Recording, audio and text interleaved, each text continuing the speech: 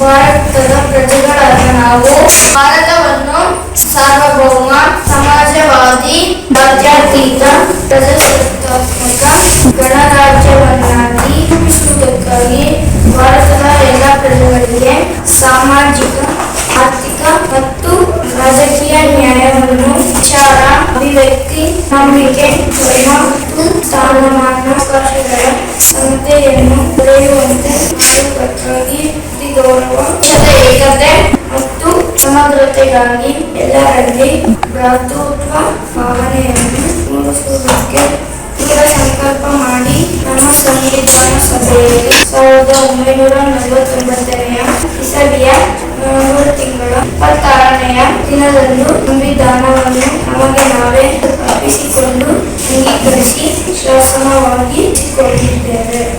ಧನ್ಯವಾದಗಳು.